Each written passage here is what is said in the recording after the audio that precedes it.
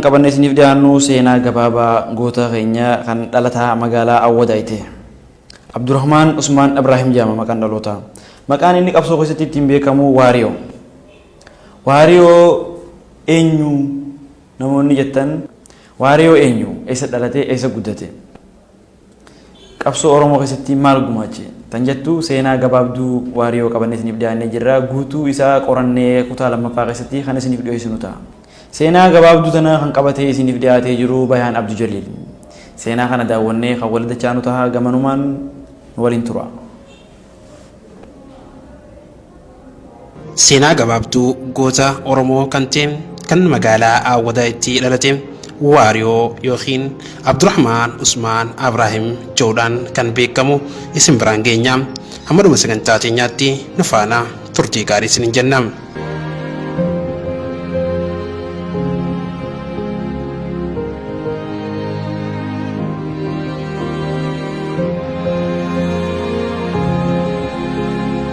Maqaan qabsoo akkuma beekamutti Waariyoo jedhama.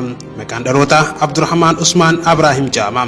Waraana Shaabiyaa fi wayyaanee magaalota seenuu dhoorkaati turan.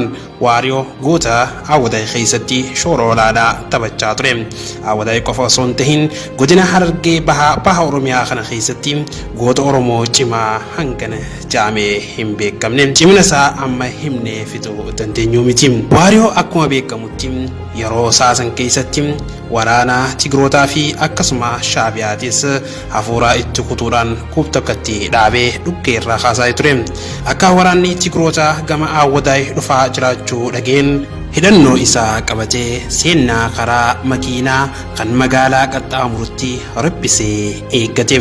Yeroo toora sanitti dhiyaatan maramaa karaa kan seenaa magaalattii warra qalbii takkaan karaa deemaa jiru boombii itti darbee dhukaasa faana itti roobse. Dhukaasni ifirraa quba hin qabne itti banamnaan jarri iddoo seenan wallaalan. Kanneen kufinsarraa hafan mukkeen qarqara karaa makiinaa gubbaa dhadhaabbatan dahoo godhachaa iddoo xiyyitiin irraa itti dhukaafamaa jirtu barbaadutti seenan. Waariyoo kan jeenummaa irratti leenjii tooftaa waraanaa qabu iddoo irraa dhukaasuu fi boombii irraa haruu amma ammatti jijjiiraa jara akka waan namoota hedduu itti dhukaafamaa jirutti fakkeesse. Haala kanaan sa'a 3 ol loleenii waraana Shaabiyaa fi wayyaanee irraa nama 14 eega gatee booda maayyi irratti wareegame. Maddi kitaaba kanaatis kitaaba Huursoo barreessaan Abdurrashiid Abdurrahmaan yookiin Abbaa Urjiirraayi. Kabajamtootaaf jaalatamtoota dhaggeeffattootaa fi daawwattoota miidiyaa Mooraa Fugug seenaan gooticha kanaa hin xumuramne. Inshaallahu ta'aalaa yoo Rabbi fedhe maatii isaatii fi seenaa isaatan hundaa'uu qorannee gad fageenyaan guututti kan isin biraan geenyu taachaa gamanumaan hubachaa inshaallah galatoomaa isin jechaadha. Wassalamu alaikum wa rahmatullahi wa barakatuh.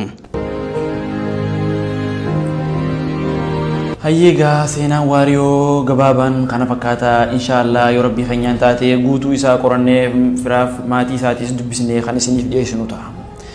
Hanga ammaatti kan isin faana ture an Araarsoo Toofiq.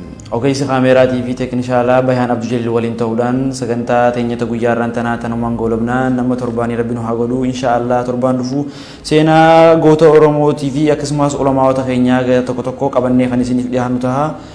Gamanumaan wassalamu alaikum wa rahmatullahi wa barakatuh.